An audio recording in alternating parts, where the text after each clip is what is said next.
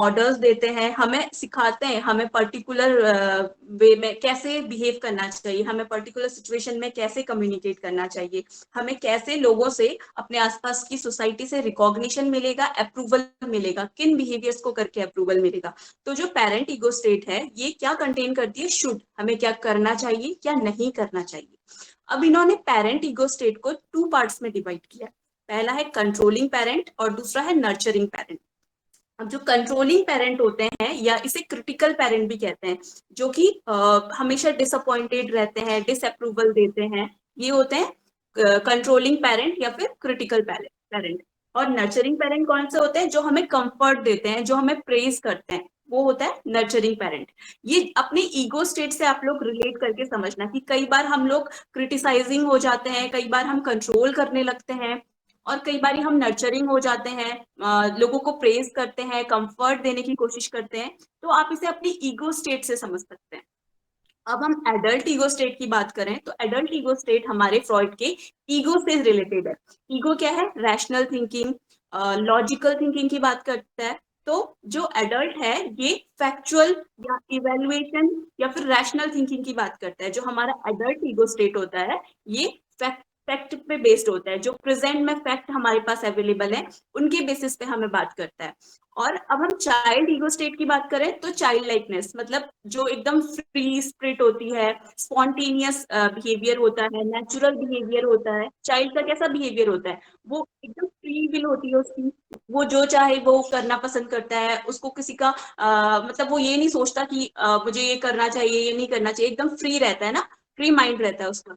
तो child ego state क्या होती है, इसमें चाइल्ड लाइकनेस होती है। और इंडिविजुअल का स्पॉन्टेनियस पार्ट होता है, फन लविंग पार्ट होता है जो चाइल्ड ईगो स्टेट होता है। अब इसमें इन्होंने 2 टाइप के ईगो स्टेट दिए हैं चाइल्ड ईगो में, एक है फ्री चाइल्ड, एक है एडेप्टेड चाइल्ड, या फिर कहीं कहीं पे आपको रिबेलियस चाइल्ड भी मिलेगा। तो फ्री चाइल्ड क्या होता है, जो कि स्पॉन्टेनियस होता है, जो कि प्लेफुल होता है, क्यूरियस होता है, अपनी फीलिंग्स को एक्सप्रेस करता है, वो होता है फ्री चाइल्ड। एडेप्टेड चाइल्ड क्या होता है, अगर हमें कोई ऑर्डर दिया तो हम उसे फॉलो करते हैं, हम ओबीडियंट होते हैं ना। तो एडेप्टेड चाइल्ड बिल्कुल उसकी तरह की ओबीडियंट है और क्या करता है, कंफर्मिंग बिहेवियर दिखाता है एडेप्टेड चाइल्ड। या रिबेलियस अगर होता है तो वो कंफर्मिंग बिहेवियर नहीं दिखाता है। ठीक है, तो ये 2 चाइल्ड चाइल्ड ईगो स्टेट के ये 2 इन्होंने टाइप्स दिए। अब हम आगे बढ़ते हैं कि जो ट्रांजैक्शनल एनालिसिस है ये किस तरह की प्रॉब्लम्स को डील करता है, क्या प्रॉब्लम को एक्सप्लेन करता है, जो लोगों में, इंडिविजुअल में जो जो प्रॉब्लम्स है, कौन कौन सी प्रॉब्लम्स को एक्सप्लेन करता है। अब 2 तरह की प्रॉब्लम को यहाँ पे एक्सप्लेन किया जाता है, एक है कंटामिनेशन और है एक्सक्लूजन। कंटामिनेशन क्या होता है, intrusion of one ego state to boundary of another ego state. क्या होता है कि एक ईगो स्टेट का दूसरी ईगो स्टेट की बाउंड्री पे इंक्लूजन। मतलब जो एडल्ट ईगो स्टेट है, एडल्ट ईगो स्टेट पे या तो पेरेंट इंटरफेयर करेगा या फिर चाइल्ड इंटरफेयर करेगा। बेसिकली हम यहाँ पे एडल्ट ईगो स्टेट पे इंटरफेरेंस की बात करते हैं कि दोनों में से, पेरेंट या चाइल्ड में से कोई भी ego state adult ego state पे इंटरफेयर करेगी। जैसे मैंने यहाँ पे इमेज में आप देख सकते हैं क्या है, पहली वाली इमेज में the adult contaminated by the parent. जो एडल्ट ईगो स्टेट है उसको पेरेंट इंटरफेयर कर रहा है। अब क्या होता है, जैसे अगर एडल्ट है वो रैशनल थिंकिंग की बात करता है, वो लॉजिकल थिंकिंग की बात करता है, आप लोगों को मैंने बताया। तो अगर कोई logical conclusion adult ego state ने निकाला है, अगर कोई logical view adult ego state ने दिया है, तो वहां पे क्या करेगा, जो पेरेंट है वो अपनी तरफ से कोई आपको उस चीज को डिस्टॉर्ट करने की कोशिश करेगा, आपको अपना जस्टिफिकेशन देगा कि नहीं ये सही नहीं है, ये सही है, जो मैं कह रहा हूँ वो सही है। पेरेंट आपको ये करके इंटरफेयर करेगा, मतलब आपकी अपनी ईगो स्टेट को आप अगर रिलेट करने की कोशिश करें तो कई बार ऐसा होता है कि हम कोई चीज रैशनली बहुत सोच समझ के करने की कोशिश करते हैं, बट कहीं से हमारी दूसरी, हमारे माइंड में खुद के माइंड में थिंकिंग चल रही होती है, तो वहां से हमारा पेरेंट ईगो स्टेट है वो हमें बोलता है, वो इंटरफेयर करता है कि नहीं ऐसा नहीं करना चाहिए, इससे एक चीज गलत हो सकती है। ऐसा होता है जनरली। तो ये कंटामिनेशन होता है। हम इसको ट्रांजैक्शनल एनालिसिस से समझने की कोशिश करते हैं इस प्रॉब्लम बिहेवियर को। दूसरा है, दूसरी इमेज में आप देख सकते हो कि जो एडल्ट ईगो स्टेट है इसमें चाइल्ड कंटामिनेट कर रहा है, तीसरे वाले में एडल्ट ईगो स्टेट को पेरेंट भी कंटामिनेट कर रहा है और चाइल्ड भी कंटामिनेट कर रहा है। कई बार दोनों इंटरफेयर करने की कोशिश करते हैं, चाइल्ड ईगो स्टेट भी और पेरेंट ईगो स्टेट भी, दोनों इंटरफेयर करने की कोशिश करते हैं। तो ये है कंटामिनेशन। अब दूसरा टाइप का प्रॉब्लम बिहेवियर क्या है? एक्सक्लूजन। एक्सक्लूजन क्या होता है? When one ego state restricts the free functioning of other two. जहां पे क्या होता है कि एक ईगो स्टेट है वो रेस्ट्रिक्ट कर देती है बाकी दोनों की फंक्शनिंग को, मतलब सिर्फ एक ही ईगो स्टेट डोमिनेट हो जाती है। कई बार आपने देखा होगा कुछ लोगों में पेरेंट ईगो स्टेट बहुत ज्यादा डोमिनेटिंग होती है, बहुत ज्यादा नर्चरिंग बिहेवियर शो करते हैं, बहुत ज्यादा डोमिनेटिंग बिहेवियर शो करते हैं। तो उसमें क्या है? उसमें उनकी एडल्ट और चाइल्ड ईगो स्टेट एक्सक्लूड हो गई है और पेरेंट ईगो स्टेट डोमिनेट हो गई है। अभी दूसरी वाली इमेज में आप देख सकते हैं कि एडल्ट ईगो स्टेट जो है वो एक्सक्लूड कर रही है पेरेंट और चाइल्ड को। क्या होता है कि जब कोई भी पर्सन एडल्ट ईगो स्टेट में एक्ट करता है, बहुत ज्यादा डोमिनेटिंग होती है उसकी एडल्ट ईगो स्टेट, जो पर्सन जो होता है वो बहुत ज्यादा ऑब्जेक्टिव डिसीजन बनाने लगता है, जैसे रोबोट लाइक थिंकिंग, कि पर्सन एकदम मतलब इनफ्लेक्सिबल हो जाता है, वो चीजों को लेकर फ्लेक्सिबल नहीं होता, सिर्फ ऑब्जेक्टिव चीजों पे फोकस होता है, सब्जेक्टिव नहीं रहता। तो वहां पे क्या है? उसकी एडल्ट ईगो स्टेट डोमिनेटिंग हो गई है और उसने पेरेंट ईगो स्टेट और चाइल्ड ईगो स्टेट को एक्सक्लूड कर दिया है। अब तीसरी इमेज में हमने देखा कि चाइल्ड ईगो स्टेट डोमिनेट हो रही है और उसने पेरेंट और एडल्ट ईगो स्टेट को एक्सक्लूड कर दिया है। जहाँ पे क्या होता है कि पर्सन बहुत ज्यादा चाइल्ड लाइक बिहेवियर दिखाने लगता है। तो वहां पे क्या है? चाइल्ड, जो उसका चाइल्ड ईगो स्टेट है वो डोमिनेटिंग हो गया है और बाकी दोनों ईगो स्टेट ये एक्सक्लूड हो गई है। तो ये तीनों पॉसिबिलिटी हो सकती है एक्सक्लूजन में, और कंटामिनेशन में भी ये तीनों पॉसिबिलिटीज हो सकती है। तो जो ट्रांजेक्शन जो एनालिसिस का स्ट्रक्चरल एनालिसिस वाला पोर्शन है, इसमें हम ये दोनों प्रॉब्लम्स को एक्सप्लेन करने की कोशिश करते हैं। ठीक है, अभी हम आगे बढ़ेंगे। अभी हम ट्रांजेक्शनल एनालिसिस को पढ़ेंगे। अब ट्रांजेक्शनल एनालिसिस होता क्या है? जब दो लोगों के बीच में कोई इंटरेक्शन हो रहा होता है, दो लोगों के बीच में कोई कम्युनिकेशन हो रहा है, तो वहां पे उनकी ईगो स्टेट को समझने की कोशिश करते हैं कि उन दोनों लोगों में उनकी कौन सी ईगो स्टेट उस टाइम पे इन्वॉल्व है, जब दो लोगों के बीच में कम्युनिकेशन हो रहा है। अब ट्रांजेक्शनल एनालिसिस जो है ये किसी सिंगल ईगो स्टेट की बात नहीं करती है। ये नहीं कहती कि कोई एक ही ईगो स्टेट होगी, ये डिटरमाइन करती है कि कौन सी ईगो स्टेट डोमिनेटिंग है। ट्रांजेक्शनल एनालिसिस क्या डिटरमाइन करती है? कि कौन सी ईगो स्टेट डोमिनेटिंग है। अब जो जो सक्सेसफुल, जो एक हेल्दी ह्यूमन बीइंग है, जो बिल्कुल कंफर्टेबल ह्यूमन बीइंग आप कह सकते हो, वो है उसकी ईगो स्टेट जो है वो कभी कभी पेरेंट ईगो स्टेट भी दिखाएगा, कभी कभी वो चाइल्ड ईगो स्टेट भी दिखाएगा, कभी कभी वो एडल्ट ईगो स्टेट भी दिखाएगा। क्योंकि कई बार हमारे पास ऐसी सिचुएशन होती है जहाँ पे हमें फ्लेक्सिबल होना पड़ता है, हमें सिचुएशन के अकॉर्डिंग अपनी ईगो स्टेट को शो करना पड़ता है, अपनी ईगो स्टेट में जाना पड़ता है, अपनी ईगो स्टेट में रिस्पॉन्स करना पड़ता है सिचुएशन के अकॉर्डिंग। तो अगर वो फ्लेक्सिबल नहीं है तो क्या मतलब है? कि कोई प्रॉब्लम है। तो जो तीनों ईगो स्टेट हैं वो सिचुएशन के अकॉर्डिंग होनी चाहिए किसी भी इंडिविजुअल में। अभी अब इसमें तीन टाइप की इन्होंने ट्रांजैक्शनल एनालिसिस दी है। पहला है कॉम्प्लीमेंट्री, दूसरी है क्रॉस्ड, तीसरी है अल्टीरियर। अब कॉम्प्लीमेंट्री क्या होती है ट्रांजैक्शनल एनालिसिस? जहां पे क्या होता है, कॉम्प्लीमेंट मतलब क्या होता है? पॉजिटिव चीज है, तो जहां पे हमें अप्रोप्रिएट और एक्सपेक्टेड रिस्पॉन्स मिलता है। अगर एडल्ट ईगो स्टेट बात कर रही है तो एडल्ट ईगो स्टेट ही रिस्पॉन्स करेगी। अगर एडल्ट ईगो स्टेट अगर पेरेंट ईगो स्टेट, अगर वो चाइल्ड ईगो स्टेट से कोई बात कर रही है तो चाइल्ड ईगो स्टेट उसको अप्रूवल वे में रिस्पॉन्स करेगा, उसको अप्रोप्रिएट वे में रिस्पॉन्स करेगा। जैसा पेरेंट ईगो स्टेट एक्सपेक्ट करती है रिस्पॉन्स, वैसा रिस्पॉन्स उसको चाइल्ड ईगो स्टेट प्रोवाइड करेगी। तो ये हो गई कॉम्प्लीमेंट्री ईगो स्टेट, जहां पे हमें जैसा हम रिस्पॉन्स चाह रहे हैं वैसा रिस्पॉन्स मिलता है। जैसे अभी एग्जाम्पल्स के थ्रू आपको बहुत अच्छे से समझ आएगा ये। अभी हम क्रॉस ट्रांजेक्शन की बात करें तो क्या होता है? Inappropriate ego state activated unexpected response. तो जो क्रॉस ट्रांजेक्शन होता है इसमें क्या होता है कि जो क्वेश्चन आ रहा है या जो रिस्पॉन्स, क्वेश्चन के बाद जो रिस्पॉन्स आ रहा है वो रिस्पॉन्स कहाँ से आ रहा है? इनएप्रोप्रिएट ईगो स्टेट से आ रहा है, जहां से आना चाहिए था वहां से नहीं आ रहा है, दूसरी ईगो स्टेट से आ रहा है। अनएक्सपेक्टेड रिस्पॉन्स आ रहा है, जैसा रिस्पॉन्स चाहिए था वैसा रिस्पॉन्स नहीं आ रहा है।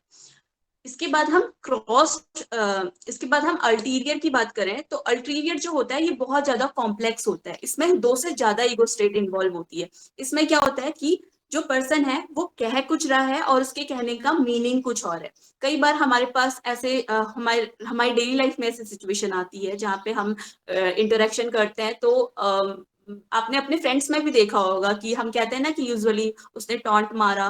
तो वो टॉन्ट क्या है कि हम अपनी जो थॉट है, अपना जो व्यू रख रहे हैं वो सोशली एक्सेप्टेबल वे में रख रहे हैं, लेकिन हम उसके पीछे, उस सेंटेंस के पीछे, उस बात को कहने के पीछे हमारा मीनिंग कुछ और है। तो ये क्या हो गया, ये अल्टीरियर ट्रांजेक्शन हो गया। अब इसके एग्जाम्पल आप लोग देखिए। तो इसमें जो ये पहला एग्जाम्पल है, ये मैंने दिया है कॉम्प्लीमेंट्री का। कॉम्प्लीमेंट्री में देखो आप, एडल्ट ईगो स्टेट जो है, यहाँ से क्वेश्चन आ रहा है, आई लाइक योर शर्ट। तो रिस्पॉन्स क्या आ रहा है, एडल्ट ईगो स्टेट से ही आ रहा है, thank you, it's a new purchase. तो क्या हुआ, ये जो एडल्ट ईगो स्टेट से स्टिमुलस, मतलब जो भी पहला स्टिमुलस था वो कहाँ से आया, एडल्ट ईगो स्टेट से। तो रिस्पॉन्स भी कहाँ से आया, एडल्ट ईगो स्टेट से। अभी इसका दूसरा एग्जाम्पल देखिए कि पेरेंट पेरेंट ने बोला कि forget it, it doesn't matter, let go and get a coffee. ये पेरेंट ईगो स्टेट से आया। तो रिस्पॉन्स क्या है, O M G, that man on the bus was so rude to me. तो ये क्या है, चाइल्ड ईगो स्टेट रिप्लाई कर रहा है पेरेंट ईगो स्टेट को। ठीक है, मतलब सॉरी मैंने इसको उल्टा बोल दिया। जो पेरेंट चाइल्ड है, चाइल्ड अपने पेरेंट ईगो स्टेट से डिस्कस कर रहा है कि जो मैन था बस में वो बहुत ज्यादा रूड था मेरे साथ। तो जो पेरेंट है वो बोल रहा है कि कोई बात नहीं, छोड़ो उसे, जाने दो, जाओ जाके कॉफी ले लो। तो क्या है, जैसा रिस्पॉन्स उसको चाहिए था उसको एप्रोप्रिएट रिस्पॉन्स मिल रहा है ना। तो ये क्या हो गया, ये हो गया कॉम्प्लीमेंट्री ट्रांजेक्शन। अगर अगर रिस्पॉन्स एडल्ट ईगो स्टेट से आता कि नहीं तुम्हारी गलती है, तो ये होता कॉम्प्लीमेंट्री, नहीं, फिर ये कॉम्प्लीमेंट्री नहीं होता। अभी हम क्रॉस्ड ट्रांजेक्शन की बात करें तो क्रॉस्ड में क्या होता है, हम जहां से रिस्पॉन्स एक्सपेक्ट करते हैं, जिसकी अभी जैसे मैं इस एग्जांपल की बात कर रही थी कि अगर रिस्पॉन्स पेरेंट से नहीं आता, अगर एडल्ट से आता कि तुम्हारी गलती थी, तो क्या होता, वो क्रॉस्ड हो जाता। तो अभी हम क्रॉस्ड की एग्जांपल समझेंगे। पर्सन वन कह रहा है आई लाइक योर शर्ट। तो रिस्पॉन्स कहां से आ रहा है, चाइल्ड ईगो स्टेट से, really are you making fun of my clothes. जैसा रिस्पॉन्स चाहिए था वैसा रिस्पॉन्स नहीं मिल रहा, अनएक्सपेक्टेड रिस्पॉन्स मिल रहा है। तो ये क्या हो गया, क्रॉस्ड ट्रांजेक्शन। अभी दूसरा आप देखिए, दूसरा एग्जाम्पल देखिए। पर्सन वन कह रहा है O M G, that man on the bus was so rude to me. अभी रिस्पॉन्स कहां से आ रहा है, एडल्ट ईगो स्टेट से, आई am not surprise, I just saw how you stall his seat. मतलब एडल्ट ईगो स्टेट रिप्लाई कर रही है कि मुझे मैंने देखा कि कैसे तुमने उस आदमी की सीट ले ली थी। तो उसका रिस्पॉन्स उस वे में रूड होना जायज था, एडल्ट ईगो स्टेट रिप्लाई कर रहा है। तो ये क्या हो गया, क्रॉस ट्रांजेक्शन। अभी अल्टीरियर ट्रांजेक्शन की बात करें तो अल्टीरियर ट्रांजेक्शन में क्या होता है कि दो से ज्यादा ईगो स्टेट एक्टिवेटेड होती है। एक तो वो जो हम शो कर रहे हैं, जो हमारे वर्बल वर्ड्स, जो हमारे वर्बल वर्ड्स जो कह रहे हैं, एक तो वो। दूसरा क्या होता है, जो उनके पीछे का मीनिंग है, उनके पीछे का साइकोलॉजिकल मीनिंग है, वो दूसरा चीज है जो अल्टीरियर ट्रांजेक्शन में आता है। तो पहले हम देखें कि इसमें जो जो एग्जाम्पल है आप इसमें देखिए कि सोशल मैसेज क्या है। This is the top of the this is the top of the range model. तो कस्टमर कह रहा है I will take a look at it please. तो ये था सोशल मैसेज जो वो कह रहे हैं, एक्चुअल में जो एक दूसरे से बात कर रहे हैं, बट इसका साइकोलॉजिकल मीनिंग क्या हो सकता है।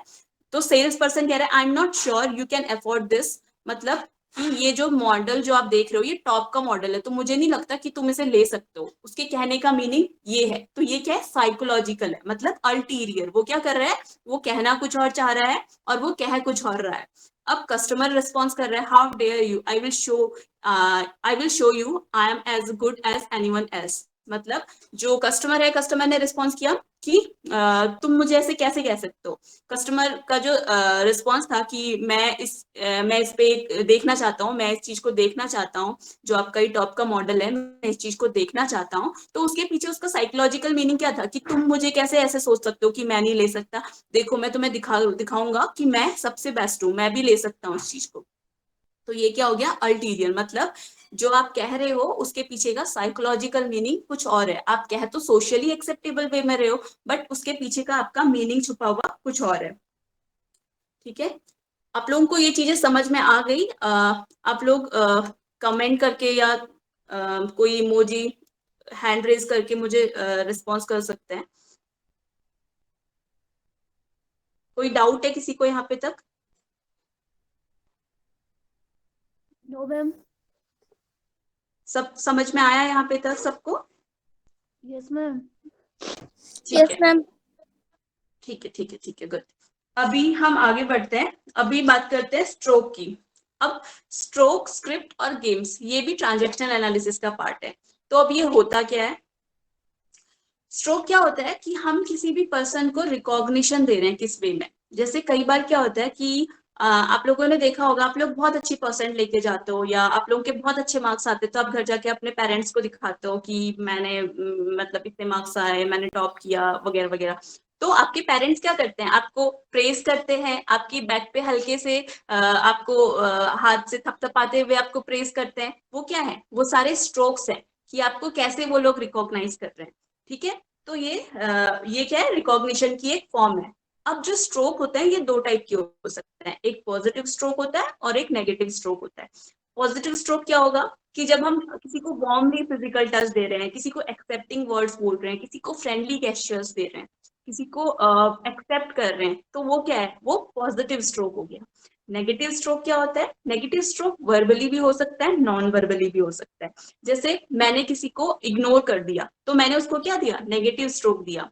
या मैंने किसी को जाके पंच कर दिया, तो ये क्या है? ये नेगेटिव स्ट्रोक है। या फिर मैं किसी को क्रिटिसाइजिंग कमेंट्स कर रही हूँ, तो ये क्या है? नेगेटिव स्ट्रोक है। अब वर्बल और नॉन वर्बल क्या होता है? वर्बल मीन्स जहाँ पे हम वर्ड्स को यूज करते हैं, किसी भी तरह की लैंग्वेज यूज हो रही हो, वो वर्बल होता है। नॉन वर्बल कोई भी गेस्चर जहाँ पे लैंग्वेज यूज ना हो रही वो होता है नॉन वर्बल। तो जो नेगेटिव स्ट्रोक है ये वर्बल भी हो सकता है और नॉन वर्बली भी हो सकता है। तो जो ये स्ट्रोक है ये कैसे बनते हैं? हमारे पेरेंट्स के साथ में हमारे अर्ली चाइल्डहुड जो इंटरेक्शन हुए उसके बेसिस पे हम स्ट्रोक का एक पैटर्न डेवलप कर लेते हैं। जैसे अगर बहुत ज्यादा हमारा क्रिटिसाइज हुआ है, बचपन से बहुत ज्यादा क्रिटिसिज्म मिला है, तो हम उस तरह के स्ट्रोक डेवलप कर लेते हैं। अगर हमें पॉजिटिव बहुत ज्यादा एक्सेप्टेंस मिला है, बहुत अप्रिशिएट किया गया है, तो हम स्ट्रोक भी उसी तरह के डेवलप कर लेते हैं अपने आप में। ठीक है, तो जो स्ट्रोक होते हैं ये सपोर्टिव भी हो सकते हैं और अटैकिंग भी हो सकते हैं। सपोर्टिव मीन्स पॉजिटिव और अटैकिंग मीन्स नेगेटिव स्ट्रोक। अब जो स्ट्रोक होते हैं इसके बेसिस पे जो बच्चा है वो अपने और औरों के बारे में कुछ डिसीजन बनाता है। जैसे स्ट्रोक्स हमें मिले हैं, जैसे स्ट्रोक्स हमने डेवलप किए हैं, उनके बेसिस पे बच्चा अपने बारे में और बाकी लोगों के बारे में कुछ डिसीजंस बनाता है। अब ये डिसीजन क्या है कि देखो मैंने यहाँ पे मेंशन भी किया हुआ है। जो सबसे पहला है वो है I am okay, you are okay. जो I am okay, you are okay है, पहला इसका जो बिलीफ है, लाइफ के डिसीजन है, उसका जो पहला है I am okay, you are okay, ये सबसे हेल्दी डिसीजन है। कोई भी बच्चा जो बनाता है सबसे ज्यादा हेल्दी पोजीशन है जिसमें बच्चा अपने बारे में और लोगों के बारे में पॉजिटिव आइडेंटिटी बनाता है।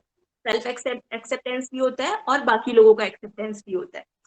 दूसरा है, दूसरा लाइफ डिसीजन क्या है? I am okay, you are not okay. I am okay, you are not okay में क्या होता है कि बच्चा कह रहा है मैं तो अच्छा हूँ लेकिन तुम अच्छे नहीं हो, मतलब दूसरे को ब्लेम कर रहा है, क्रिटिसाइज कर रहा है औरों को। अपना तो एक्सेप्टेंस है बट बाकी लोगों को ब्लेम कर रहा है। तो ऐसे लोग जो होते हैं, जो I am okay you are not okay life script के होते हैं, ये बच्चे क्रिमिनल बिहेवियर शो करते हैं। ठीक है, ऑफन ये बच्चे क्या करते हैं? क्रिमिनल बिहेवियर शो करते हैं। अब हम थर्ड पैटर्न की बात करें तो I am not okay, you are okay. मतलब जो पर्सन है वो अपने बारे में अच्छा फील नहीं कर रहा है लेकिन और लोगों के बारे में अच्छा फील कर रहा है। ऐसा जैसे कि आपकी खुद की सेल्फ इमेज अच्छी नहीं है, आप बहुत लो फील कर रहे हो, पावरलेस फील कर रहे हो, कंपेयर कर रहे हो। यूजुअली क्या होता है कि बहुत सारे आपने स्टूडेंट्स को देखा होगा, अपने फ्रेंड्स को देखा होगा, जो अपने आप को दूसरों से कंपेयर करते हैं कि यार मेरे अंदर तो ये कमी है बट वो कितना अच्छा है, वो उसमें इतनी सारी क्वालिटीज है बट मेरे अंदर ये क्वालिटीज नहीं है। तो ये क्या है? आप कंपेयर कर रहे हो खुद से। ये क्या है? I am not okay, you are okay. तुम अच्छे हो बट मैं अच्छा नहीं हूँ, तो खुद को पावरलेस फील कर रहे हो। अब जो फोर्थ है, फोर्थ क्या है? I am not okay, you are not okay. मैं भी अच्छा नहीं हूँ, तुम भी अच्छे नहीं हो। मतलब ऐसे लोग क्या होते हैं जो लाइफ को बहुत ज्यादा होपलेस देखते हैं, हेल्पलेस फील करते हैं। ये लोग सिर्फ मतलब ना इनको खुद के लिए एक्सेप्टेंस होता है ना इन्हें सोसाइटी के लिए एक्सेप्टेंस होता है। तो ऐसे लोगों में क्या होता है? सुसाइडल टेंडेंसीज होती है, क्योंकि ऐसे लोगों को ना खुद से कोई एक्सेप्टेंस है, ना खुद को ही एक्सेप्ट कर पा रहे हैं, ना लोगों को एक्सेप्ट कर पा रहे हैं। इनको लगता है कि सब लोग ऐसे ही हैं, कोई अच्छा नहीं होता, मतलब बहुत ज्यादा नेगेटिव हो जाते हैं अपने बारे में भी और सोसाइटी के बारे में भी। तो ऐसे लोगों में सुसाइडल टेंडेंसीज भी बढ़ जाती है। तो ये 4 बेसिक पोजीशंस होती हैं जो चाइल्ड बनाता है स्ट्रोक्स के बेसिस पे। जो जैसे स्ट्रोक्स मिले हैं उसकी बेसिस पे चाइल्ड ये बेसिक डिसीजन बनाता है अपनी लाइफ की, और इस डिसीजन के बेसिस पे चाइल्ड ये डिसाइड करता है कि लाइफ कैसी होगी। ठीक है, वो कैसा है, लोग कैसे हैं, इसके बेसिस पे ये डिसाइड करता है। अब हम बात करते हैं स्क्रिप्ट की। तो स्क्रिप्ट क्या होती है? आपने देखा होगा कि जो मूवीज होती है उसमें एक्टर्स को क्या दी जाती है, स्क्रिप्ट दी जाती है। तो स्क्रिप्ट क्या होता है? फिक्स पैटर्न होता है कि आपको जो स्क्रिप्ट दी है आपको वही बोलना है मूवी में, आपको अपना कुछ नहीं ऐड करना है। तो ये क्या है? तो स्क्रिप्ट क्या है? स्क्रिप्ट क्या है? एक फिक्स पैटर्न है। जो चाइल्ड है वो कंपेल्ड फील करता है कि मुझे इसी वे में बिहेव करना है, मुझे इसी वे में एक्ट करना है। तो ये क्या है? ये लाइफ की प्लान है, प्री प्लान है कि मैं किसी पर्टिकुलर सिचुएशन में इसी वे में बिहेव करूंगा। एक रिजिड वे होता है। जो चाइल्ड है वो कंपेल्ड फील करता है कि मैं इसी रिजिड वे में बिहेव करूंगा। ठीक है।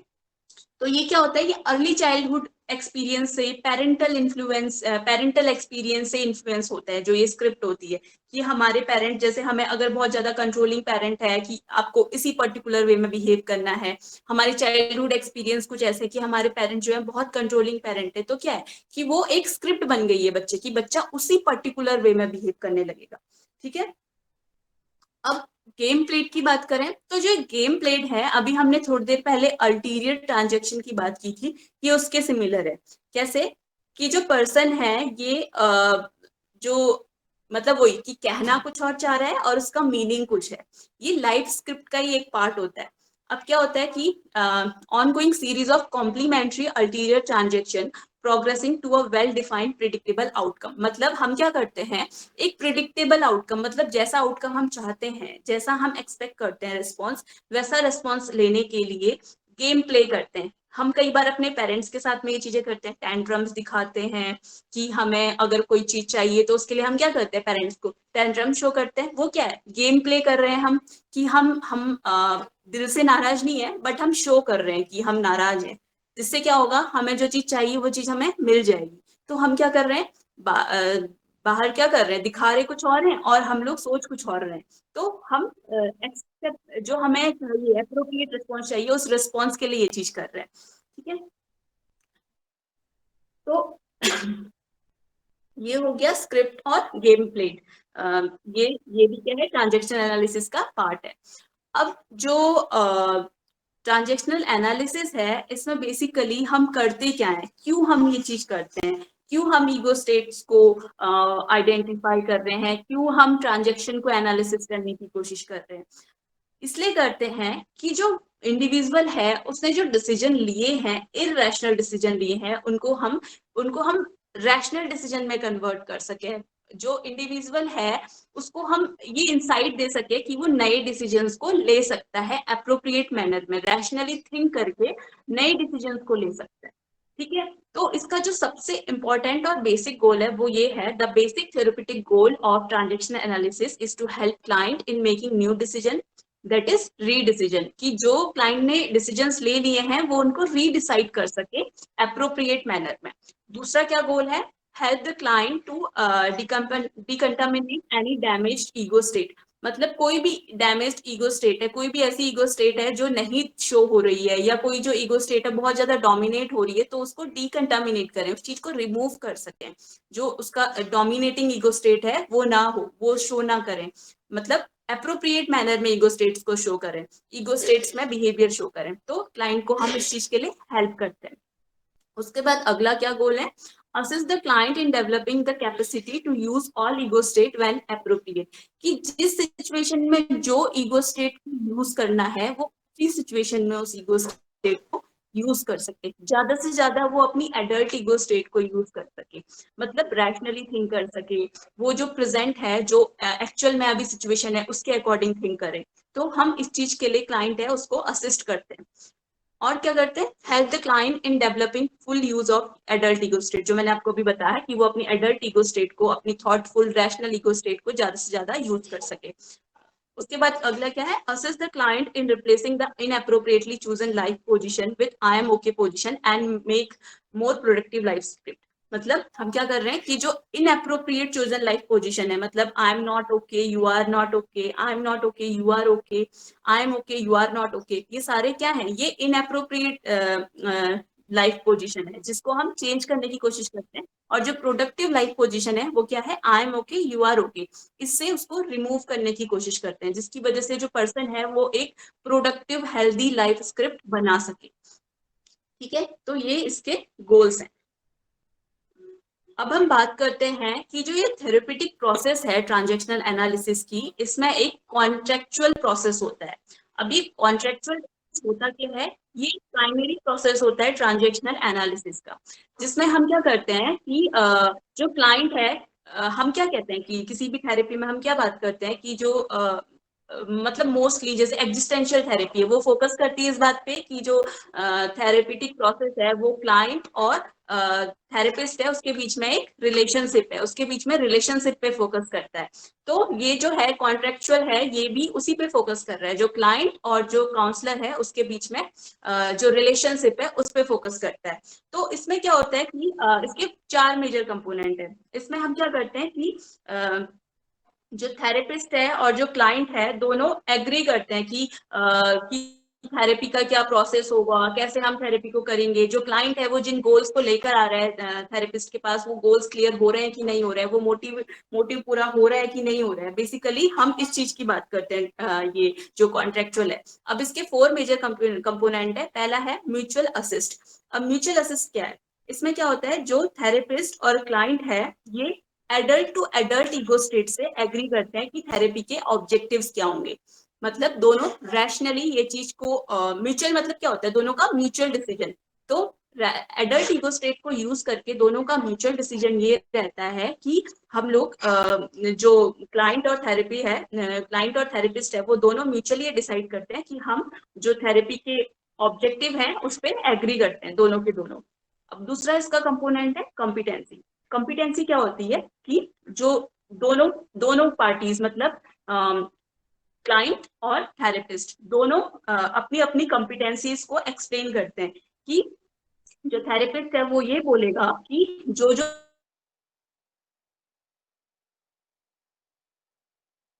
जिस चीज में उसकी मास्टरी है वो सिर्फ उन्हीं चीजों को प्रोवाइड करेगा क्लाइंट को। जो जो सर्विसेज में उसको महारत हासिल है वो सिर्फ वही सर्विसेज प्रोवाइड करेगा क्लाइंट को। और क्लाइंट क्या बोलता है, क्लाइंट बोलता है कि जो उसके जो चीजें उसको सिखाई जा रही हैं, जो चीजें उसको बताई जा रही है, वो उसको रियलिस्टिकली असेस करेगा, उसको रियलिस्टिकली यूज करेगा अपनी लाइफ में। तो दोनों अपनी कॉम्पिटेंसीज को डिफाइन करते हैं इससे पहले कि जो ये थेरेपेटिक प्रोसेस है वो स्टार्ट हो। अब तीसरा इसका कंपोनेंट क्या है, कंसिडरेशन। कंसिडरेशन में क्या होता है कि जो थेरेपिस्ट है वो अपना कंसिडरेशन देता है कि वो किस टाइम पे अवेलेबल होगा, वो क्या स्किल्स क्लाइंट को प्रोवाइड करेगा। क्लाइंट क्या करता है, क्लाइंट अपनी फीस को डिस्कस करता है, वो भी अपना टाइम डिस्कस करता है, और दोनों के दोनों एक पॉजिटिव गोल को अचीव करने के लिए वर्क करते हैं अपनी अपनी कंसिडरेशन को डिसाइड करके।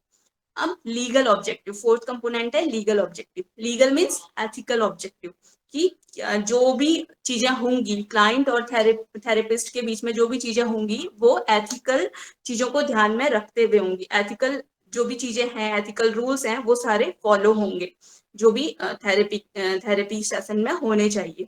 ठीक है, और जो कॉन्ट्रैक्ट ये बन रहा है, ये कॉन्ट्रैक्ट में एक लीगल एम्स होने चाहिए, जो हमें जो आउटकम चाहिए उस पर वर्क करने के लिए आगे बढ़े। ठीक है, तो ये कॉन्ट्रेक्चुअल प्रोसेस के 4 कंपोनेंट हमने डिस्कस किए। और ये जो कॉन्ट्रेक्चुअल प्रोसेस है ये थेरेपी से, जैसे हम थेरेपी स्टार्ट करते हैं उससे पहले बनता है।